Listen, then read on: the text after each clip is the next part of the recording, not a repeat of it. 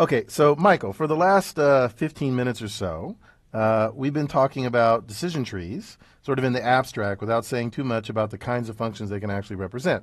So for the next few minutes or so, I want to talk a little bit about not just decision trees in the abstract, but exactly how expressive they can be. Is that okay? Yeah, I think that would be really helpful. I think so too. So in fact, I want to look at a set of functions, and in particular, I'm interested in looking at Boolean functions. Boolean. So what's your favorite simple Boolean function? Implication. What's your other favorite simple Boolean function? Well, I like nor. Right. So what I just heard you say is you like and. So let's do that one. Oh, that's great. That is my favorite. All right. So in fact, let's do very simple and. So how does and work, right? So you've got two attributes, let's say A and B. And this expression A and B is true when? When A and B are true, when they're both true at the same time. Right, exactly. So how would you build a decision tree, given that there are only two attributes, A and B, to represent that function? Okay, so I'd have a node that's A and B. And if Nope, that's you're not allowed to do that. Oh. Every node can have at most one attribute.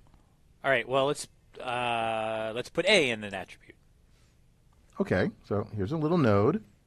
Let's call it A. Okay. Now what? And, well, I mean, for it to be a node, it needs to have the little two branchy things. True and false. Okay. All right. So how about true on the left and false on the right? Sure, as long as you label them. So, all right, so then if A is true, okay, I don't know. But if A is false, then we know that A and B must be false. It doesn't matter what B is. So we can just put That's a leaf correct. under the F. All right, I like that. Okay. What about when A is true? What is that, an F? That is an F, and that is a minus sign. Oh, a minus sign. false. I get it. Okay, I thought you were just not done drawing the F yet. Good. All right, so okay, the true side, then I don't think we know. So I think we need to split on B also. Okay. So put a little B under there. All right, done. All right, and then true, false, split on B. All right, and so now we've got these two cases. So if B is false, then again, it doesn't matter what A was, but A turns out to be true, but it's still it should be a minus sign underneath that. Okay. So it's not, A and B is not true. But if A is true and B is true, then A and B is true. So there should be a plus sign on the left. That's exactly right. Woo. So clearly decision trees, proof by we just drew it here, can represent the Boolean function and. Sure. At least on Right. two Now inputs. you said something interesting, Michael. You said it doesn't matter what A is if B is false. So what would happen if I switch A and B around? That's the same. So if B, okay, so in the beginning we say if B is false, it's false. If B is true, we check A. If A is false, then it's false. But if A is true, then it's true. So it actually still represents exactly the same function, A and B.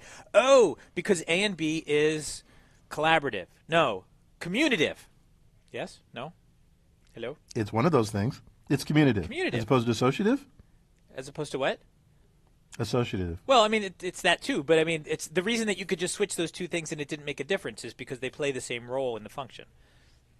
That's true. And in terms of the representation of decision trees, it doesn't really matter which attributes you pick or the order in which you do them. You might get a better tree or a worse tree, a longer tree or a shorter tree. But for something simple like two-valued and, it really just doesn't matter. Okay.